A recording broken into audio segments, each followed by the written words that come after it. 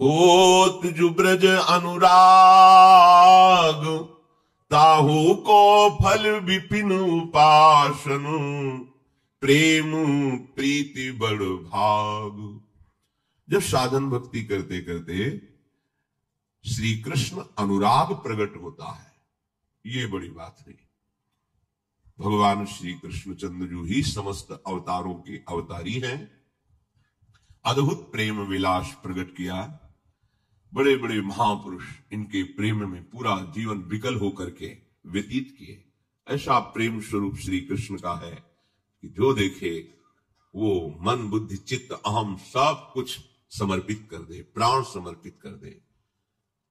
बड़े बड़े परमहंसजन जो ब्रह्माकार वृत्ति में स्थित है, केवल रूप माधुरी सुनी तो लुट गया हृदय। जो शब्द स्पर्श रूप रस गंध के विजेता है, श्री कृष्ण रूप को सुना, देखा नहीं, सुना, तो सुनने मात्र से ब्रह्माकार वृत्ति छूट गई और रूप के रसिक बन करके प्रभु श्री कृष्ण के चरणारविंद की प्रेम लक्षणा भक्ति में युक्त हो गए। ये जब कई जन्मावतार उपासना होती तब श्री कृष्ण चरणारविंद की प्रेम लक्षणा भक्ति प्राप्त होती है। उसमें भी 84 कोश ब्रज भूमि का अनुराग, क्योंकि भगवान श्री कृष्ण चंद्रजू द्वारिकाधीश भी है, मथुराधीश भी है, पर यहां कह रहे हैं कि श्री कृष्ण की भक्ति का प्रभाव प्रकट हुआ तब ब्रज 84 कोश में उसकी प्रीति हुई, ब्रजवास। अब हमारा जीवन ब्रजरज के अधीन है। अगर नहीं हो पाया है तो प्रार्थना करे और रज सेवन करे और अपने को ब्रज में समर्पित कर दे कि भले हम दूर रह रहे पर हम हैं ब्रजेंद्र नंदन के, हम हैं प्यारी जू के, हमारा नियत स्थान ब्रजधाम है। ऐसा अनुराग प्रकट होता है। देखो इतना हजारों जन्म साधना के बाद, तपस्या समाधि के बाद कहीं भक्ति का प्रादुर्भाव होता है। साधन भक्ति करते करते श्री कृष्ण चरणों में अनुराग, ऐसा अनुराग जो ब्रह्मादिक के भोग शब्द विषम लागत है। कहीं कोई लोकांतर की वस्तु की चाह नहीं, एकमात्र प्रीतम श्री कृष्ण की रूप माधुरी में आसक्त अंतःकरण। इसका फल हुआ ब्रज 84 कोश में प्रीति, ऐसी प्रीति की अब हमारा जीवन ब्रजरज के अधीन है। ये बड़ी दुर्लभ बात, जिनको ब्रजवास मिला अहो भाग्य। मानो श्री कृष्ण की गोद में बैठे हुए हैं। ब्रजवास का तात्पर्य है मानो श्री कृष्ण की गोद। कल्याण की यहां क्या फिक्र है? कल्याण तो यहां मारा घूम रहा है। यहां घर घर भटकत मुक्ति बावरी कमल ही को बतरावे, पर यहां की रहनी आ जाए। हरिराम व्यास जी, हे हरि हम कब हुए हैं ब्रजवासी, याचना करते हैं। इस भूमि के वास का मतलब है निरंतर भगवत सानिध्य में रहना, प्रभु की गोद में रहना।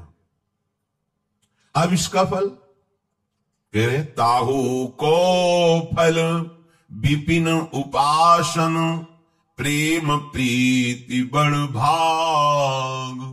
ब्रज 84 कोश की आसक्ति का, ब्रजरज के सेवन का फल हुआ श्री वृंदावन धाम में अत्यंत प्रीति। अगर आप बाहर भी रह रहे, छुट्टी हुई, समय मिला, समय निकालकर भाग करके आए। हमारा घर है वृंदावन, हमारी विश्राम स्थली वृंदावन, हमारे जीवन का फल है वृंदावन, हमारा सर्वस्व है वृंदावन। ऐसी प्रीति, जैसे मोहाशक्त पुरुष कुछ दिनों के लिए बाहर नौकरी में जाए तो छुट्टी मिलते ही भाग के अपने घर आएगा परिवार में। तो हमारा घर परिवार श्री प्रिया प्रीतम की सखियां, उनके निजजन रसिक जन, हमारा नित्य घर चिदानंद धाम वृंदावन। ये प्रीति प्रकट होती है ब्रज 84 कोश की कृपा से, ब्रजरज की कृपा से।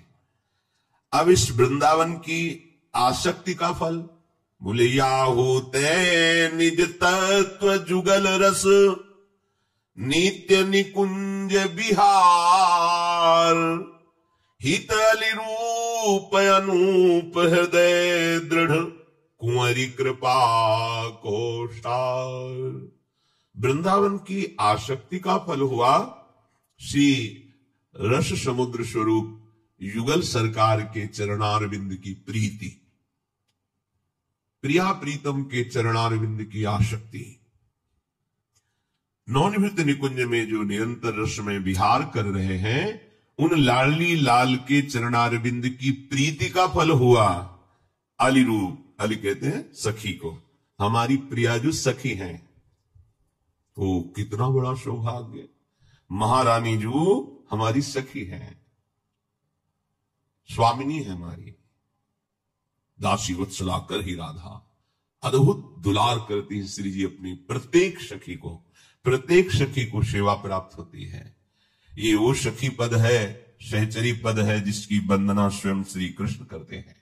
प्रियाजू की सेवा और प्रियाजू के अद्भुत प्रेम का पान करने के लिए श्री लालजू महाराज सखियों के सामने कर कमल जोड़ करके चाटुकारिता विनयपूर्ण वचन करते हैं और उनके चरणों की तरफ प्रणाम मुद्रा में होते हैं कि हे सखी, आप तो रोज श्री जी की वेणी गूंथती हो, आज मुझे ये सौभाग्य प्रदान करो।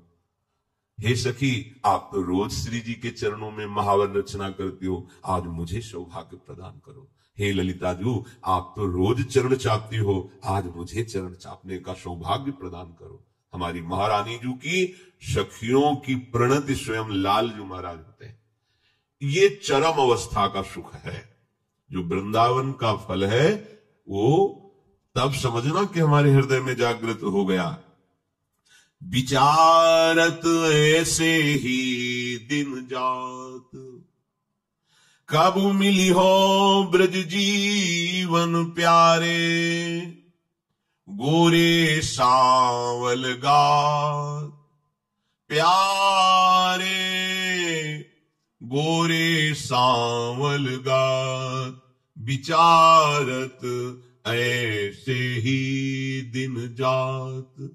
रात दिन प्रिया प्रीतम के चिंतन में मगन उपासक कब हमें दर्शन होंगे, कब हमें प्रिया प्रीतम हमसे बात करेंगे, कब हमारे प्रिया प्रीतम हमें आज्ञा देंगे सेवा के निमित्त। रात दिन इसी में खोया हुआ है। जीवन का परम लाभ, ये जो क्रम वर्णन हुआ कि हजारों जन्म साधना ऐसा ऐसा, ये एक क्षण में प्राप्त हो जाएगा, विश्वास कीजिए। इसीलिए साधन पक्ष और रसिक कृपा पक्ष दोनों को तराजू में तोला गया, तो साधन और साधन पक्ष का फल हल्का पाया गया और एक क्षण रसिक संग को गरु पाया गया। गोस्वामी तुलसीदास जी ने कहा, तात स्वर्ग अपवर्ग सुख धरी तुला एक अंग, तूल नताय सकल मिल जो सुख लव सत्संग। संत महापुरुषों का क्षण मात्र का संग और इधर स्वर्ग का सुख, साधना का सुख जो मोक्ष है, ये सब एक पलड़े में। तो ये पलड़ा इतना हल्का हो गया कि एक क्षण संत संग के सामने हो। क्यों ऐसा क्यों? बहुत जो निर्विघ्न पंथ निर्वाही सो कैवल्य परम पद लाई, उसको ऐसा कह दिया। हाँ, ये है क्रम, और इस क्रम का अतिक्रमण करके कृपा करके रसिक महापुरुष एक क्षण में वो प्रदान कर देते हैं कि मेरो वृंदावन, प्राण वृंदावन, राधा राधा राधा। ये जो हजारों जन्मों का क्रम, ये सब खत्म। उनकी एक भीनी कृपा दृष्टि से वृंदावन में आसक्ति, प्रियाजू में आसक्ति, राधा नाम में आसक्ति, ये हजारों जन्म व्यतीत करने वाली बात पीछे चली गई। अपार कृपा हमारे हृदय में। बस एक बात समझ में आ जाए, ये गर्व करो। कहा जाता है गर्व मत करना, लेकिन यहां कहा जा रहा है ये गर्व करो कि तुम्हारी स्वामिनी श्री जी हैं। ये बात समझो। लोगों को मना किया जाता है तुम गर्व मत करना। किसका? प्रकृतिजन्य का। प्रकृतिजन्य धन, प्रकृतिजन्य शरीर, प्रकृतिजन्य पद प्रतिष्ठा, जो भी, इसका गर्व मत करना, क्योंकि ये नाशवान परिवर्तनशील। इसका यदि गर्व करोगे तो तुम्हारा भी नाश हो जाएगा, और परिवर्तनशील वस्तुएं, व्यक्ति, विद्या, बुद्धि, ये रहेगी नहीं। ये व्यर्थ का गर्व है। लेकिन ये गर्व करो। क्या गर्व करो? हम श्री जी के, हम श्यामाजू के, हमारे ऊपर बड़ी कृपा। अब हम कह सकते हैं कि बड़े भाग्यशाली, बड़ भागी सोई जग जानू, जाके भक्ति भाव राधावर, चरण कमल चित आनो, बड़ भागी सोई जग जानो। इस संपूर्ण ब्रह्मांडों में वही बड़भागी है, उसी को बड़भागी मानना चाहिए जिसके हृदय में राधावर के चरणारविंद की प्रीति प्रकट हो गई है। श्यामा श्याम के चरणारविंद, ये अद्भुत दुर्लभ दुर्लभ प्रेम रस, दुर्लभ पद। श्री प्रिया प्रीतम के चरणारविंद की अनन्य भक्ति का स्वरूप है जैसे एक पतिव्रता अपने पति के ही रूप में, अपने पति की ही सेवा में, अपने पति की ही जूठन पाना, अपने पति के ही विषय में चिंतन करना। उत्तम के बस असमन माही, सपने हुआन पुरुष जगनाही। ऐसे ही उत्तम महाप्रेम रसिक जन जो आनंद अनुभव करते हैं सेवा सुख का, उनकी आंतरिक स्थिति है हरिवंश पतिव्रत है, जिनके सुख संपत्ति दंपति जो जिनके मन वचन कर्म से एकमात्र वृंदावन में विराजमान सहचरियों के मध्य में हमारे लाडली लाल, ये हृदय में ठसक, यही बड़भागी हमें बना दिया। धन्य धन्य धन्य तेई जे इनके उपास है। श्री वृंदावन रज अनुरागी, प्रेम पंथ पहचानो। बहुत गूढ़ बात है। अगर वृंदावन के इस प्रेम मार्ग की पहचान करनी है, इसमें चलना है, तो रजरानी का सेवन करो। वहां प्रभु हरिवंश चंद्रजू कह रहे हैं, राहो को काहू मन दिए, मेरे प्राणनाथ श्री श्यामा शपथ करो तृण छिए। समझ गए? इसके बाद ऐसा लगता है कि महाप्रभु श्यामाजू की निष्ठा को प्रकट कर रहे हैं। मैं शपथ पूर्वक कहता हूं, मेरे प्राणों की स्वामिनी श्री श्यामा जो है, किसी को जहां मन माने अपने मन को लगाओ, लेकिन मैं अपनी बात कहता हूं, राहो को काहो मन दिए, मेरे प्राणनाथ श्री श्यामा। अब कैसे श्यामाजू की ये निष्ठा आएगी? तो जय श्री हरिवंश अनंत सचुनाही बिनुया रज ही लिए। बड़े भाग्यशाली होंगे जिनको बात समझ में आएगी। यो ब्रह्म रुद्र शुक नारद भीष्म मुख्य रालक्षितो न सहसा पुरुषस्य तस्य सद्यो वसीकरण चूर्ण अनंत शक्तिम। ये सद्यो वसीकरण चूर्णम अनंत शक्तिम तम राधिका चरण रेणु मनुष्मरामी। अनंत शक्तियां छुपी हुई इस रजरानी में। अगर रज का तिलक है, रज शरीर में लगी हुई है, तो कह रहे वृंदावन प्रेम पंथ पहचानो। आ गया निकुंज का मार्ग तुम्हारे हृदय में ही प्रकाशित कर देगी ये रजरानी। सारे दोषों को नष्ट कर देगी रजरानी। रजोगुण की सत्ता मिटा देगी ये रजरानी और महारानी से मिला देगी ये रजरानी। बड़ी सामर्थ्य है वृंदावन की रज में। श्री वृंदावन रज अनुरागी। रज अनुरागी कैसे? हम भोजन के बिना तो जी सकते हैं, पानी के बिना भी कुछ दिन जी सकते हैं, लेकिन हम श्वास के बिना नहीं जी सकते, वायु के बिना नहीं जी सकते। ऐसे हम रज के बिना नहीं रह सकते, नहीं जी सकते। कहीं भी रहो, वृंदावन की रज तुम्हारे पास होनी चाहिए। जैसे आप चलते हो तो जेब में देखते हो पैसा है कि नहीं, नहीं होगा तो ना खान पान होगा, ना आपकी यात्रा हो पाएगी। सवारी के लिए, सबके लिए पैसा चाहिए। ऐसे ही नवनिवृत्त निकुंज पथ का पथिक रज है कि नहीं, चरणामृत है कि नहीं, ये आपके पास संपत्ति है। इसे ऐसा न समझो ये माटी है, माटी नहीं, ये महाशक्ति स्वरूपा है जो प्रेम प्रदान करती है। नित्य निकुंज विहार सार रस, भजन सजन सुख ठानो, बड़ भागी सोई जग जानो। रजरानी की कृपा से नित्य विहार उपासना आपके हृदय में प्रकाशित होगी। ये नित्य विहार उपासना वेदातीत उपासना, वेद के ऊपर विचरण करने वाला ये मार्ग है। इसलिए यहां वेद के सिद्धांत नहीं चलते, यहां रसिकों की वाणी, वेद रसिकन की वाणी। नवल किशोर उपासना, जुगल मंत्र को जाप, जुगल मंत्र को जाप, वेद रसिकन की वाणी, श्री वृंदावन धाम, इष्ट श्यामा महारानी। कैसा सौभाग्य उदय हुआ कि हम गर्व से कह सकते हैं कि हम लाडली जी के। ये हमारी किसी साधना तपस्या का फल नहीं, केवल कृपा का फल है। वही बड़भागी जो नित्य विहार रस्सी श्यामा श्याम के इस अनुराग रस में पहुंचने का मार्ग मिल गया। मार्ग मिल गया, सब कुछ मिल गया, क्योंकि इस मार्ग में ऐसे सुभट रसिक महापुरुष चल रहे हैं जो आपको चलना नहीं पड़ेगा, धक्के से पहुंच जाओगे। जैसे एक पंक्ति लगी हो और बलवान जन के बीच में आप खड़े हो तो आप रुक नहीं सकते, रुकना भी चाहो तो नहीं रुक पाओगे, ऐसा पीछे से कि आप आगे पहुंच ही जाएंगे। यहां रसिकों का रेला है। ये जो वृंदावन है ये रसिकों की रसमयी भूमि है। यहां रसिकों का रेला है और रेला में पीछे से ऐसा पावर, ऐसी शक्ति लगती है कि हम खड़े होकर के देखना भी चाहें तो देख नहीं सकते, इधर उधर, सीधे प्रिया प्रीतम के पास पहुंचेंगे। इसीलिए कहा कहो कृपा उपजे की भांति, तो बोले रसिकन संग फिरो दिन राति, रात दिन रसिकों का संग करो, कृपा में डूब जाओगे। करत मानसिक मन रंग भीनो, प्रेम रूप ललचानो, रूप लाल हित शरणागत सुख सहज संपदा मानो।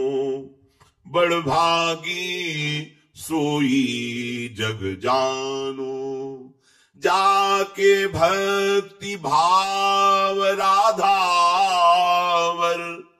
चरण कमल चित आनो। बड़भागी सोई जग जानो। जब श्यामा श्याम के चरणारविंद के मार्ग में रसिक महापुरुषों के संग से हमारे मन की गति आगे बढ़ी तो मानसिक सेवा प्रारंभ हो गई। बैठे ही बैठे प्रियालाल की दिव्य सेवा हो रही।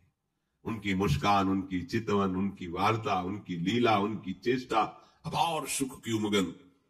बाहर से शांत बैठा है, आनंद समुद्र हिलोरे मार रहा है, अनंत प्रेम की तरंगे हृदय को डुबो रही है। बोले ये संपत्ति किसको मिलती है? बोले शरणागत को, हित शरणागत को। जो महाप्रभु हरिवंश चंद्रजू की शरण में हुआ, प्रियाजू की सखियों की शरण में हुआ, तो इनकी बली कृपा है, ये बलवान कृपा निकुंज पहुंचाती है। श्री हरिवंश कृपा जु बली रे, बली।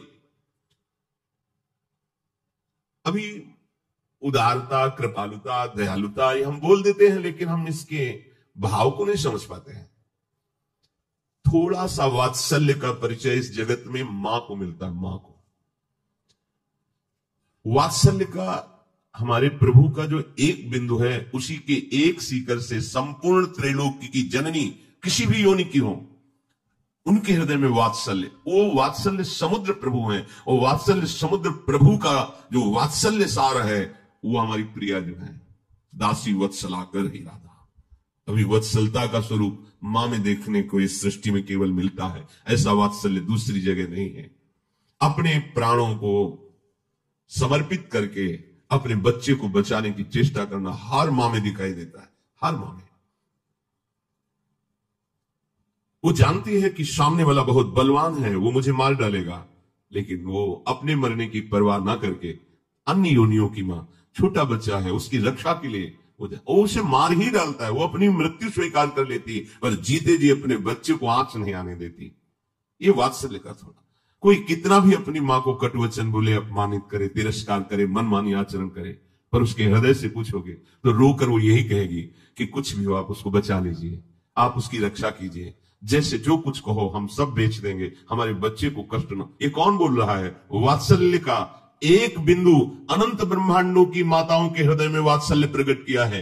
वो वात्सल्य समुद्र प्रभु है, और समुद्र का सार हमारी लाडली जो है।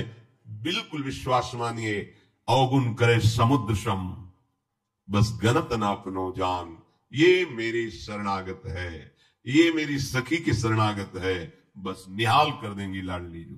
लाडली जू की चितवन लालजू का आपके ऊपर बरस जाना होगा। लालजू का बरस जाना अर्थात समस्त कर्म बंधनों को छिन्न भिन्न करके एकमात्र महान प्रेम सुख का हृदय में प्राकट्य हो जाना। इसलिए अहोभाग्य ब्रजभूमि, उसमें भी वृंदावन धाम, उसमें भी महारसमयी उपासना युगल सरकार की।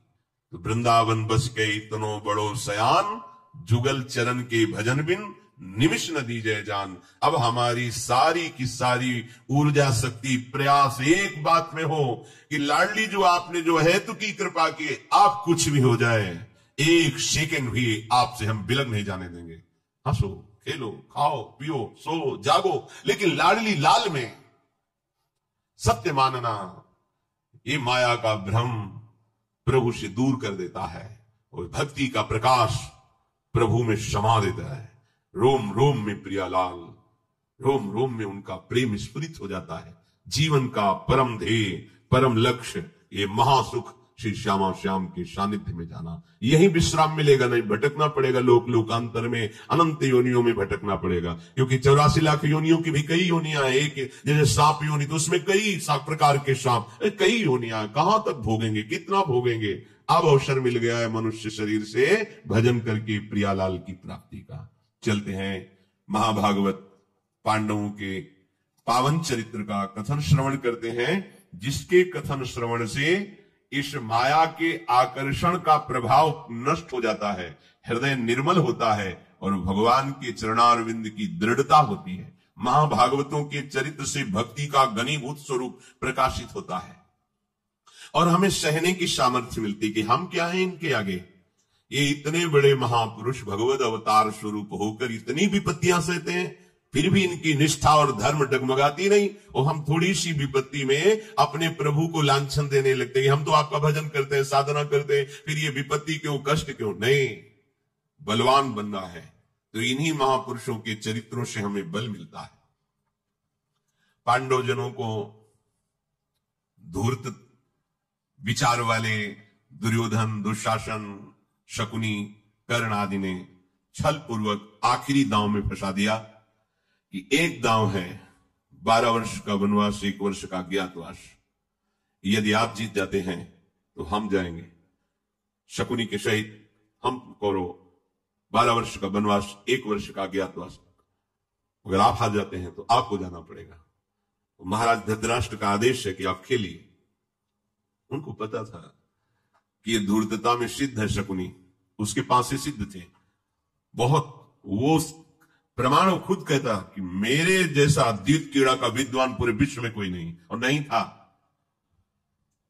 पाशा डाला, उसी के पक्ष में हुआ।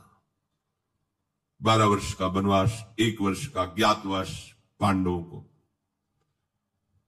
पांडवों ने माता कुंती को विदुर जी के समीप उनके घर में रखा, द्रौपदी को साथ लिया, मृग चर्म धारण किया। पीछे चर्चा हो चुकी है। और हस्तिनापुर से बाहर हुए। समस्त नगरवासी जो हस्तिनापुर के थे, सब ये सुनकर कि पांडवों को वनवास हुआ है, एकत्रित हो गए, मार्ग में घेर लिया लाखों लोगों ने और रोना प्रारंभ किया। हस्तिनापुर में पापाचरण बढ़ रहा है। उसी में भीष्म, विदुर, द्रोण, कृपाचार्य ये सब हैं, पर कोई उस पापाचरण को रोक नहीं पाया। हमारा समस्त कुल, हमारा धर्म अब सुरक्षित नहीं है। जहां ऐसे धर्मात्मा धर्मराज को वनवास दिया जा रहा है, वहां हम नहीं रह सकते। जहां पापात्मा दुर्योधन, निर्लज्ज दुशासन, कपटी शकुनी ऐसे की सम्मति से राज्य शासन हो रहा है, वहां हमारी प्रजा कैसे सुरक्षित रह सकती है। पापियों के साथ रहने से पापियों की ही गति प्राप्त होती है। पापाचारियों का मित्र भाव स्वीकार करना जीवन को नरक में पहुंचाना है। हर चरित्र में शिक्षा है। महाराज युधिष्ठिर से हस्तिनापुर के इंद्रप्रस्थ नगर के सब प्रजाजन कह रहे हैं, पापाचारियों का संग पापाचारियों की गति को ही प्राप्त कराता है। हम लोग आपकी आज्ञा से अपने धर्म और आचार का पालन कर रहे थे, अब जब आप जा रहे हैं तो ऐसे पापियों के शासन में हम नहीं जीना चाहते। जहां का राजा धृतराष्ट्र है जो अपने पुत्र मोह से ग्रसित है, जहां का कार्यभार दुर्योधन संभाल रहा है, वो नहीं के बराबर है, अर्थात सर्वनाश निश्चित है। हम सब वही चलेंगे जहां हमारे पांडव महाराज युधिष्ठिर रहेंगे। जितेंद्रीय, शत्रुविजयी, दयालु, धर्मात्मा, लज्जाशील, यशस्वी, सदाचारण परायण, ऐसे को छोड़कर मैं इस हस्तिनापुर में नहीं रहना चाहता। सब पूर्वासी पांडवों को घेर लिया और हाथ जोड़ करके बोले, आप लोगों का परम कल्याण हो, आप जैसी परिस्थिति में रहेंगे वैसे हम भी रहेंगे, हम आपको नहीं छोड़ सकते। पुण्यात्मा साधु पुरुषों का यदि संग किया जाए तो बिना साधना के ही परम पद की प्राप्ति हो जाती है। पापाचारियों का संग निश्चित दुर्गति, और यदि पुण्यात्मा साधु पुरुषों का संग किया जाए तो निश्चित परम कल्याण, परम पद की प्राप्ति हो जाती है। हमें बचा लो पापी जनों के संग से महाराज युधिष्ठिर, हम हस्तिनापुर में नहीं रहना चाहते। यदि पापाचारियों का दर्शन हो और उनका संभाषण हो और कहीं उनका स्पर्श प्राप्त हो जाए तो समस्त पुण्यों का नाश हो जाता है और बुद्धि भ्रष्ट हो जाती है। वो कैसे सुखी रह सकता है? नीच पुरुषों का संग करने से बुद्धि जैसी नष्ट होती है वैसी और किसी में नहीं। यदि मध्यम पुरुषों का संग किया जाए तो बुद्धि उन्नतिशील नहीं होती, पर अगर श्रेष्ठ पुरुषों का संग किया जाए तो उत्तरोत्तर बुद्धि बढ़ती हुई भगवान में स्थित हो जाती है। इसलिए हम आपसे प्रार्थना करते हैं कि आप जहां वनवास में रहेंगे वही हम रहेंगे। युधिष्ठिर जी ने हाथ जोड़ा और कहा, आपके विचार धर्म युक्त हैं, हम धन्य हैं कि हमारी ऐसी प्रजा है। आप प्रजावर्ग हमें इतना प्रेम करते हैं और इतना धर्म से प्रेम करते हैं, हमें बहुत सुख हुआ आपकी वाणी सुनकर। पर हम आपसे हाथ जोड़कर निवेदन करते हैं कि इस समय हम आपकी सेवा करने में असमर्थ हैं। हमारे ही खाने का ठिकाना नहीं, फिर हम आपको भोजन कहां से पवा पाएंगे? आप लौट जाइए, आप लोग बहुत दूर आ गए हैं। अगर आप मुझे अपना मानते हैं तो मैं अपनी शपथ दिला के कहता हूं कि आप वापस चले जाइए और इंतजार कीजिए। 13 वर्ष पूर्ण होने के बाद हम आपके दर्शन करेंगे और आपकी सेवा करेंगे। धर्मराज के द्वारा इस प्रकार शपथ पूर्वक अनुरोध किए जाने पर सब प्रजाजन हाहाकार करने लगे, हा महाराज, हम आपके बिना कैसे जीवित रहेंगे? किंतु महाराज युधिष्ठिर की आज्ञा टालने में कोई समर्थ नहीं था। सबने शिरोधार्य किया और पांडवों को दाहिने करते हुए नगर को वापस आ गए। पूर्ववासियों के लौट जाने पर पांडवगण गंगा जी का किनारा पकड़ा और फिर प्रमाण कोटि नामक महान वट के समीप गए। संध्या होते होते उस विशाल वन में वट वृक्ष के नीचे पहुंचकर पांडवों ने वहां सरोवर में आचमन आदि किया, जल पिया और फिर वहां रात व्यतीत की। दुख से पीड़ित हुए पांचों पांडव रात में केवल जल पीकर ही रहे। सहस्त्रों ब्रह्म ऋषि उनके साथ थे, जो पांडवों के प्रेम के कारण जब ये सुना कि पांडवों को वनवास हुआ है तो दूर दूर से हजारों ब्रह्म ऋषि पधारे। ये खास बात है। सुत दारा धन लक्ष्मी तो पापी के घर होए। ये जो ऋषि जन आए ना, ये सबसे बड़ी बात है। साधु समागम, हरि कथा, तुलसी दुर्लभ। महाराज युधिष्ठिर को क्या मिल रहा है? अलग अलग गुफाओं में, पहाड़ों में, वनों में जो तपस्या करने वाले ब्रह्म ऋषि जब सुना कि धर्मराज युधिष्ठिर को छल से जुए में हरा दिया गया और 12 वर्ष का वनवास, 1 वर्ष का अज्ञातवास, तो शास्त्रों जगह से ऋषि मुनि एकत्रित होकर महाराज युधिष्ठिर के संग चल दिए। कोई अग्निहोत्री ऋषि है, कोई निरग्नि है, वेदों का स्वाध्याय करने वाले दिव्य ऋषियों से घिरे हुए महाराज युधिष्ठिर की बड़ी शोभा हो रही, जैसे वेदों से घिरे हुए साक्षात ब्रह्मा जी। अब संध्याकालीन नैसर्गिक शोभा से रमणीय वन, पर वो बड़ा भयावना था। सब ऋषि जनों ने मंत्रानुष्ठान कर रहे, मध्य में पांडव विराजमान हैं।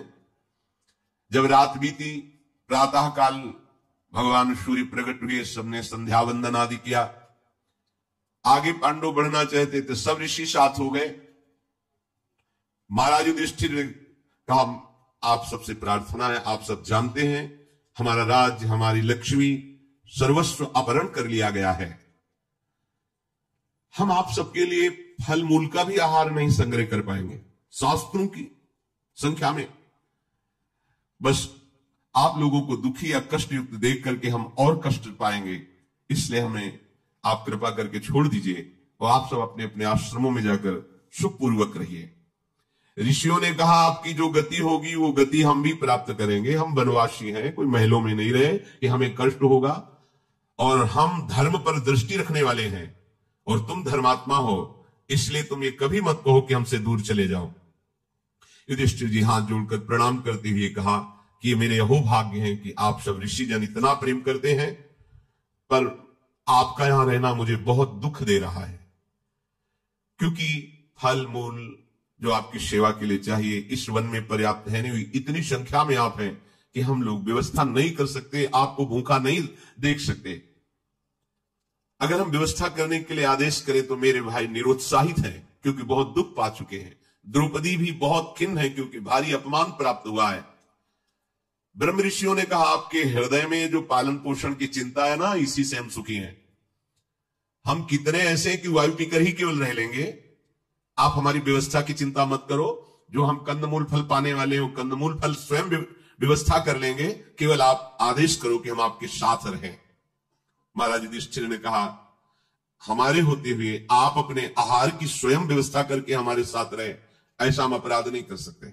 हमारा धर्म है आप महात्माओं की व्यवस्था करना। आपको कष्ट देख करके, कष्ट युक्त देख करके हमें तो और कष्ट मिलेगा, इसलिए आप कृपा करें। महाराज युधिष्ठिर शोक मग्न होकर के ग्रीवा झुका ली, क्योंकि ऐसे ऋषियों को जवाब देना पड़ रहा है कि हम व्यवस्था नहीं कर सकते। शोक से शास्त्रों भय के सैकड़ों स्थान हैं, परंतु आज मैं जितना दुखी हूं उतना किसी कष्ट से दुखी नहीं हुआ। युधिष्ठिर जी कह रहे हैं, आप सब विरक्त भगवत प्रेमी महात्माओं से मुझे यह कहना पड़ रहा है कि जाओ, हम आपकी व्यवस्था नहीं कर पाएंगे। पूर्व काल में राजा जनक के अंतःकरण में जो दिव्य ज्ञान स्थित था, उन ब्रह्म ऋषियों ने महाराज युधिष्ठिर को सुनाया कि आप शोक मत करो। आप इन बातों को लेकर के जो अंदर शोकित हो रहे हैं, ठीक नहीं है। देखो, मनोदेह समुत्थाभ्याम दुखाभ्याम अर्दितम जगत तयोर्व्यास समासाभ्याम समोपायमिमं शृणु। हे युधिष्ठिर, ये सारा जगत शारीरिक दुख और मानसिक दुख से सदैव पीड़ित रहता है। ऋषियों की वाणी ध्यान से सुनो। ये सारा जगत, सारा का मतलब सारा जगत, भगत नहीं, जो प्रभु का भगत है नहीं, जगत जो इस शरीर और शरीर की भोग सामग्री और उनकी भोग क्रिया इसी में आसक्त है। कोई भी ऐसा इस सृष्टि में नहीं है जो शारीरिक और मानसिक दुख से युक्त ना हो। सर्वज्ञाता ऋषि जन कह रहे हैं, मनोदेह समुत्थाभ्याम दुखाभ्याम मर्दितम जगत। मानसिक और शारीरिक दुख से इस माया ने सारे जगत का मर्दन कर दिया है।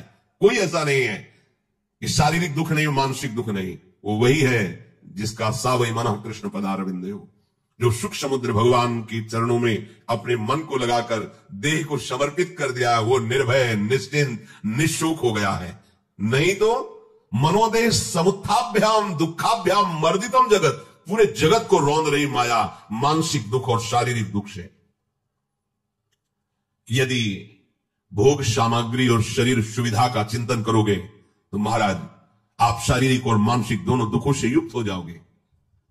एक एक शब्द ब्रह्म ऋषियों का है, बहुत ध्यान से सुनिए। हमें रहना है जगत में, हमें व्यापार नौकरी जो मिली करना है, खान पान परिवार सेवन करना है, पर यह हमारा जीवन नहीं है। ये करते हुए अपने जीवन के लक्ष्य को देखना है। हमारी हृदय की वृत्ति में राधा राधा राधा राधा राधा, तो आपको शारीरिक और मानसिक व्याधि होते हुए भी वो आपको दुख शोक नहीं दे पाएगी। ये रोग, ये अपनी घटना, बहुत परिश्रम करके थकित हो जाना, वस्तुओं का व्यक्तियों का वियोग होना, ये चार घटनाएं किसी को नहीं बख्शती हैं। व्याधे रनिष्ठ संस्पर्शात क्षमादिष्टो विवर्जनात् दुखम चतुर्भी शारीरम कारण संप्रवर्तते। ये चार बातें किसी को नहीं बख्शती हैं। रोग बड़े बड़े महापुरुषों को भी हुआ। भाई जी की महाराज के उदर में कैंसर था, भयंकर पीड़ा। रामकृष्ण परमहंस जी के गले में कैंसर था, भयंकर पीड़ा। बड़े बड़े महापुरुषों के जीवन में देखा गया बड़ी बड़ी व्याधियां। अपरी घटना, पहला रोग, दूसरा अपरी घटना की प्राप्ति, और तीसरा परिश्रम से थकित होकर होना, और चौथा है प्रिय वस्तु और व्यक्ति का वियोग होना। ये चारों बातें सबको प्राप्त होती है। अगर इन चारों का प्रतिकार करना कोई चाहता है, बहुत ध्यान से सुनना, तदा तत् प्रतिकाराच सततम चाविन चिंतनात्। आधि व्याधि प्रशमनम क्रियायोग द्वयेन तो। यदि इन चारों के आगमन सबके ऊपर होगा इनका, लेकिन यदि बचना चाहते हो तो इनका चिंतन ना होने पावे, ये खास बात है। व्याधि अर्थात रोग भी होगा और अपनी घटनाएं भी जीवन में आएंगी, विपत्ति, संकट, अपमान, प्रतिकूलता, हार, परास्त होना, यह भी आएगा। बहुत कभी कभी श्रम से थकित हो जाना पड़ेगा,